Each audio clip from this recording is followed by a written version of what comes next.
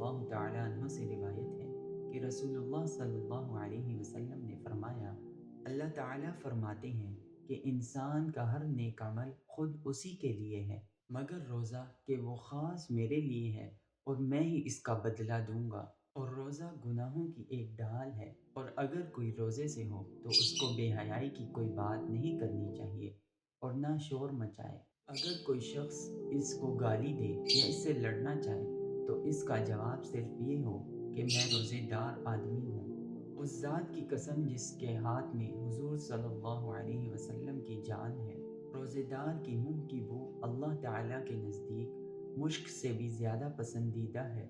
روزے دار کو دو خوشیاں حاصل ہوں گی، جب وہ افطار کرتا ہے تو خوش ہوتا ہے، جب وہ اپنے رب سے ملاقات کرے گا تو اپنے روزے کا اجر پا کر خوش ہوگا۔